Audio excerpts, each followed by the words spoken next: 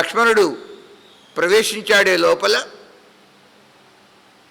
బాధపడుతూ ఉండగా తమ్ముడు గారు వచ్చారు. లక్ష్మణ మత్కృతే త్యజ సంతాపం. రామా, అన్నయ్య, ఎందుకు అంత బాధపడతావు?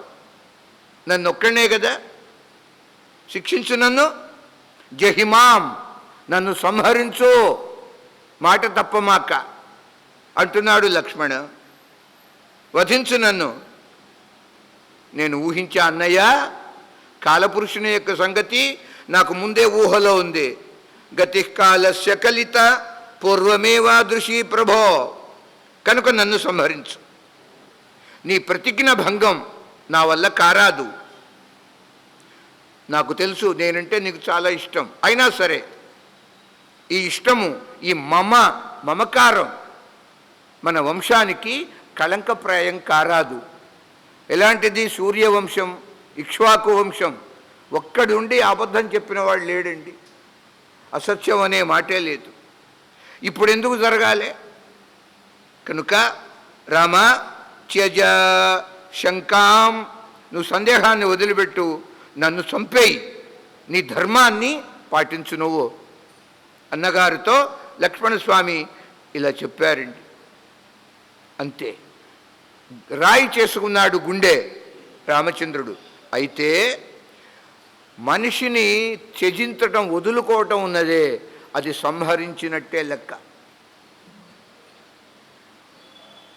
భాగవతంలో ప్రథమ స్కంధంలో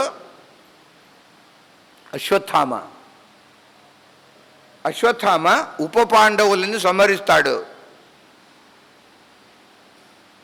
వాడిని పట్టుకుంటాడు అర్జునుడు, కట్టేస్తారు, ద్రౌపది దగ్గరికి తీసుకొస్తారు. భీముడు అంటాడు, వీడిని చంపాలి అన్నాడు. ఎందుకని?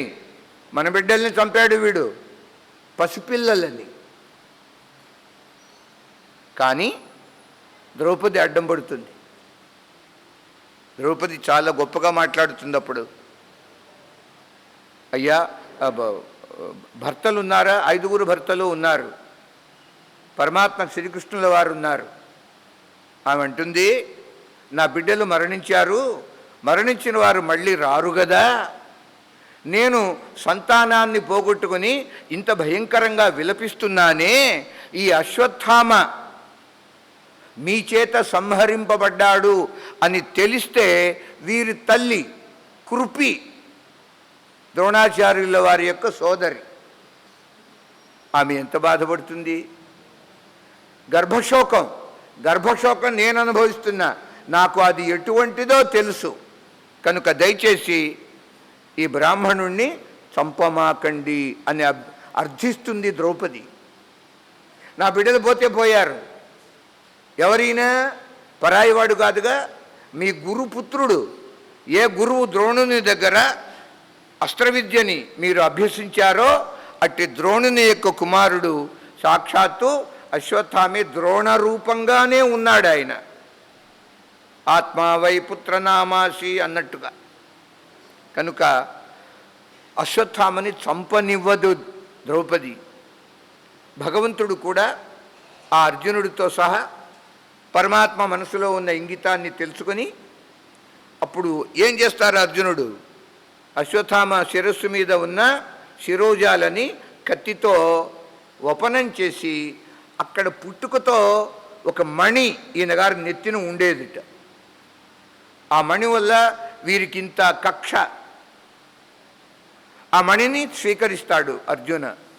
అంటే వారిలో ఉన్న శక్తి తరిగిపోతుంది, క్షీణించిపోతుంది. అప్పుడు అన్నారు, బ్రాహ్మణులని ఇట్లాగా క్షవరం చేసి పంపించటం అనేది మరణం కంటే భయంకరమైన శిక్ష అని ఆ రోజుల్లో ఉన్న ధర్మశాస్త్రం అండి. ఇప్పుడు ఇవాళ రోజున ఆ ధర్మశాస్త్రాల గురించి మనం మాట్లాడరాదు. ఇప్పుడు ఈ డెమోక్రసీ వచ్చిన తర్వాత ఇండియాకి ఒక కాన్స్టిట్యూషన్ ఏర్పడ్డది, రాజ్యాంగం. ఇప్పుడు అది చెల్లుబాటు అవుతుంది తప్ప ఈ ధర్మశాస్త్రాలు ఎవరు లెక్క చేయరు.